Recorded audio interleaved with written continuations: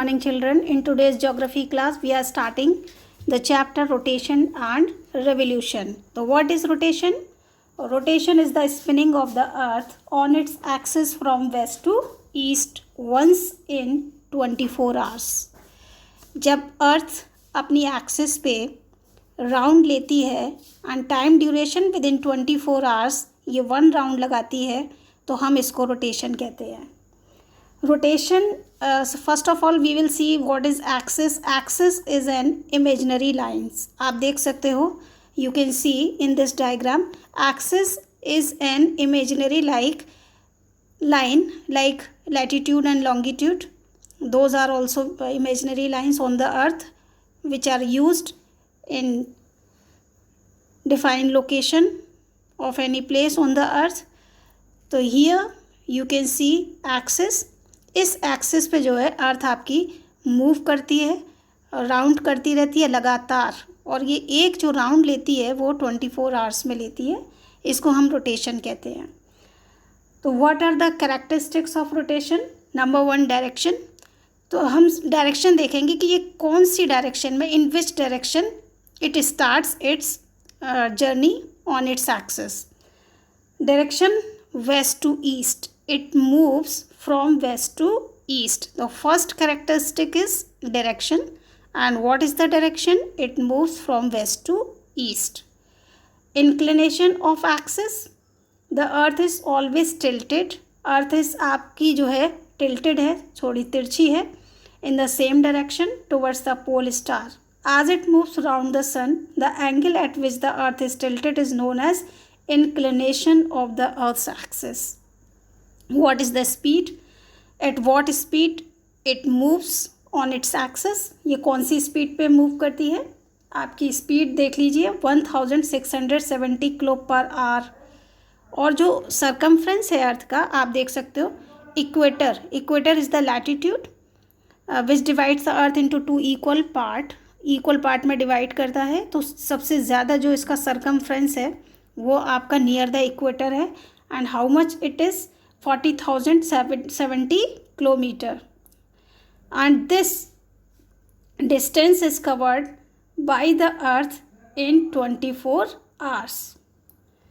And speed 1670 kilo per hour इसकी speed है, और अर्थ का जो सरकमफ्रेंस है वो 40,070 किलोमीटर है, और जो कि ये 24 आवर्स में कवर करती है. तो how many characteristics of rotation are there? Number 1 direction, number 2 inclination of axis, and number 3 speed. And now we will see what are the effects of rotation of the earth. अर्थ के rotation के क्या क्या effect होते हैं? Number 1, it causes day and night. जो day night होते हैं वो अर्थ के रोटेशन की वजह से होते हैं. It's all because of the rotation of the earth, because the part of the earth which faces the sun have day, and the part which is far away from the sun, and the part which does not face the sun have night. Number 2, sunrise and sunset are associated with the rotation of the earth also. Sunrise and sunset. तो sunrise आपका क्या है? This happens because due to the earth's rotation. ये अर्थ के rotation की वजह से होता है. Every part of the earth's surface faces the sun at some time or other. अर्थ का हर पार्ट कभी ना कभी सन को फेस करता ही है. The part of the earth that moves from darkness into the sun rays, वहाँ पे आपका सनराइज़ होता है. जो पार्ट ग्रेजुअली धीरे धीरे जो सन के करीब आता है, सन के एक्सपोजर में आता है, तो वहाँ पे आपका सनराइज़ होता है. And when it moves away from the sun's rays it experiences sunset. Number next है आपका Coriolis effect. What is Coriolis effect? Children, when earth moves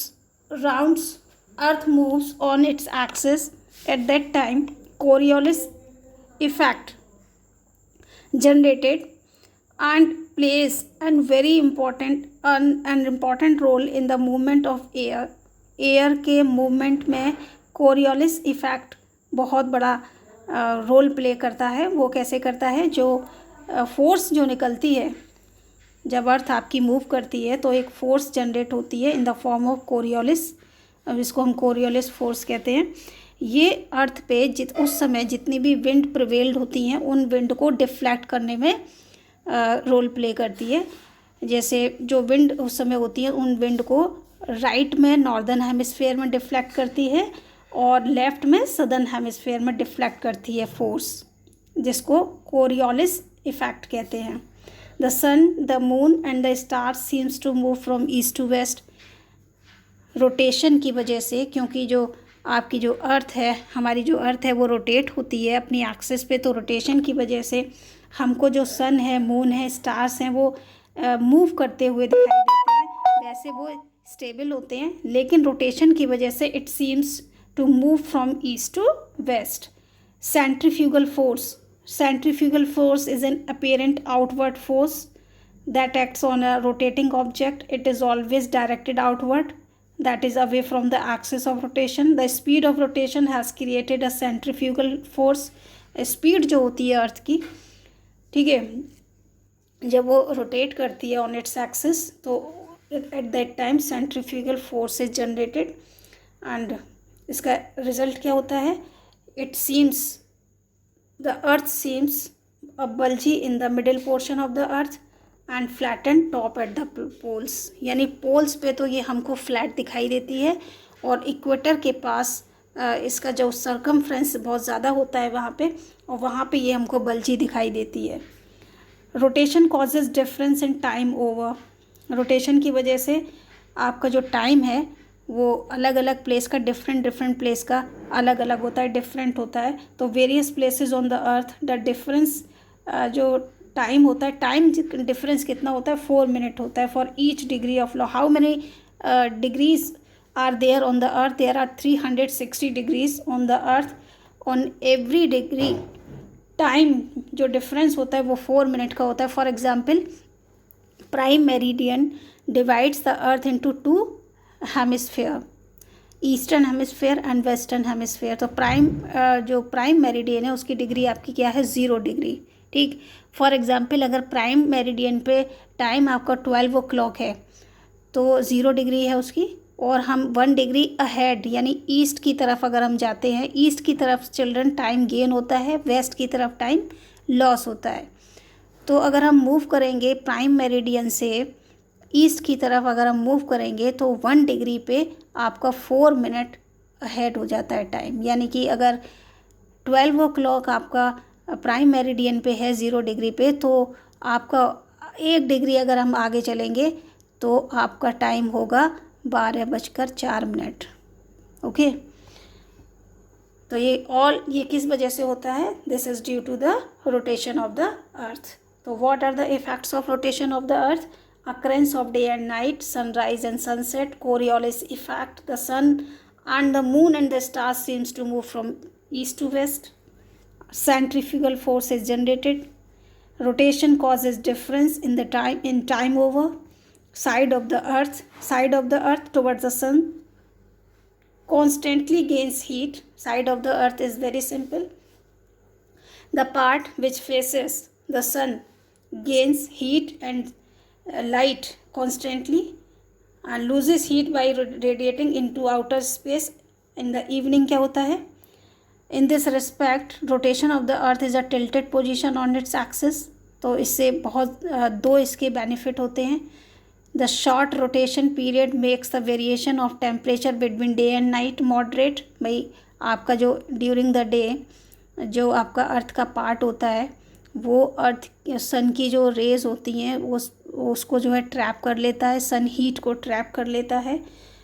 जो जिस पार्ट पे अर्थ के जिस पार्ट पे जो है सन रेज पड़ रही हैं, तो ड्यूरिंग द डे वो पार्ट जो है उसको एब्जॉर्व कर लेता है, वो पार्ट जो है सन की रेज को एब्जॉर्व कर लेता है, हीट को, और इन द इवनिंग उसको रेडिएट बैक करता है एटमॉस्फेयर में। तो in this way the balance is maintained, the heat balance is maintained on the earth.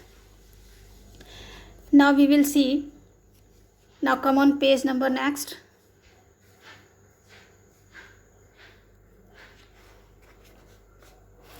Effects of inclined axis on the duration of day and night। Duration of day and night पे क्या effect पड़ता है inclined axis का?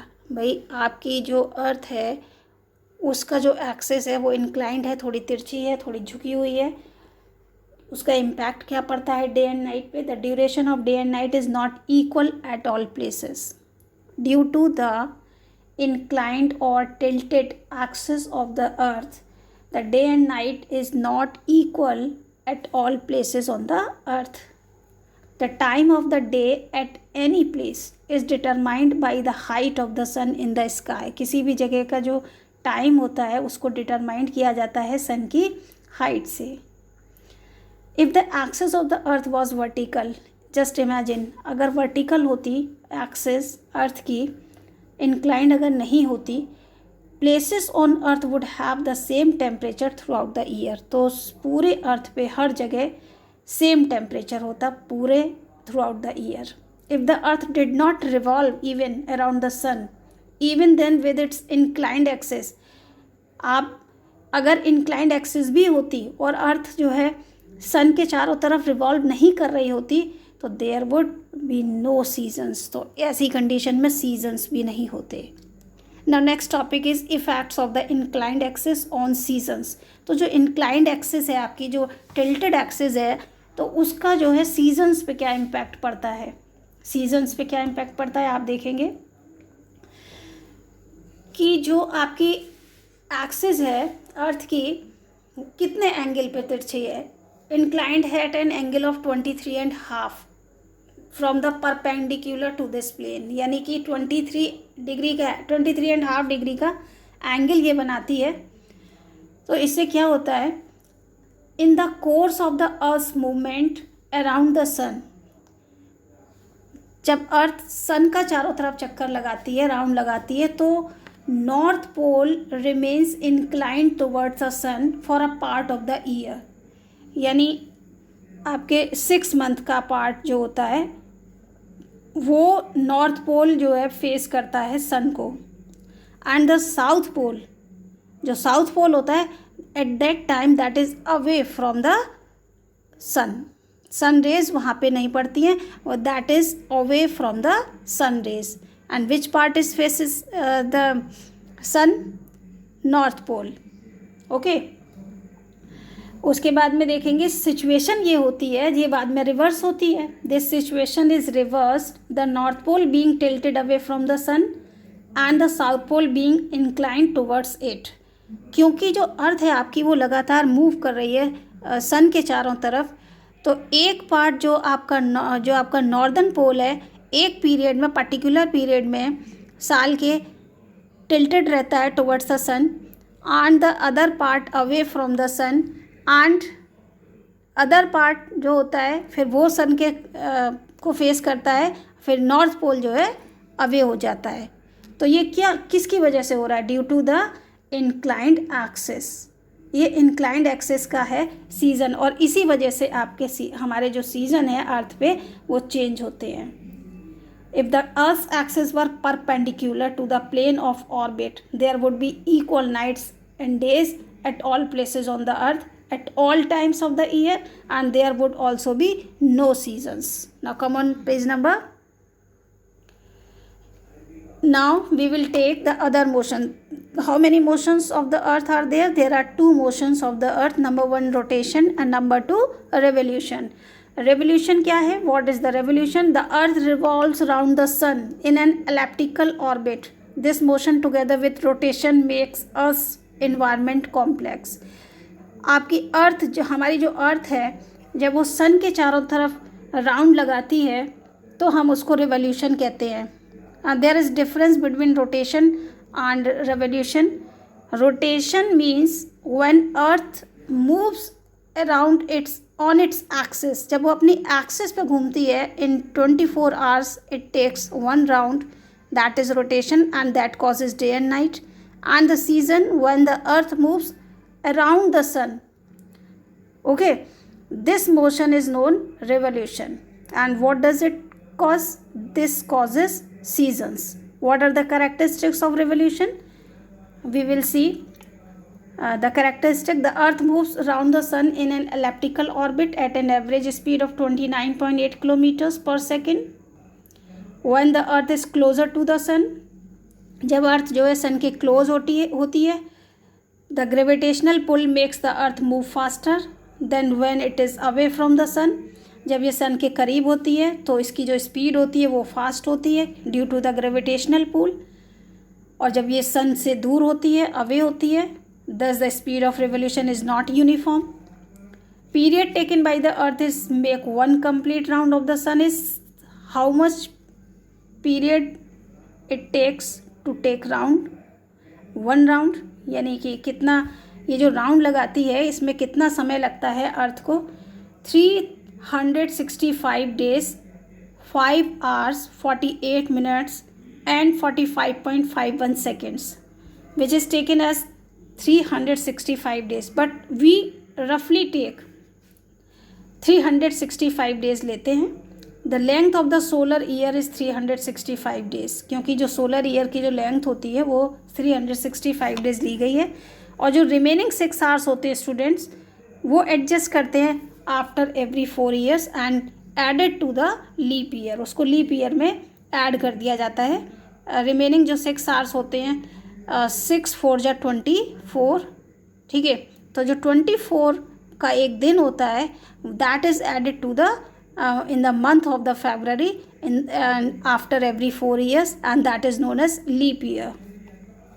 Earth's axis is always inclined to its orbital plane at an angle of 66.5 degree.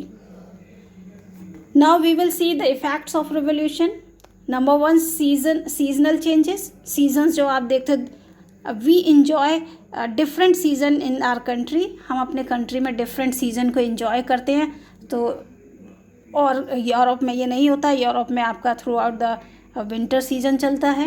And Asia में जो countries हैं वहाँ पे जो है they enjoy different season in their country. तो सीजनल चेंज होते हैं रेवोल्यूशन की वजह से. एंड कौन कौन से सीजन ये तो आपको पता ही हैं. उसके बाद inclination of axis and seasonal changes. Since the earth is tilted the seasonal changes are not abrupt. Number next है आपका पेरीहीलियन एंड एपीहीलियन पोजीशन.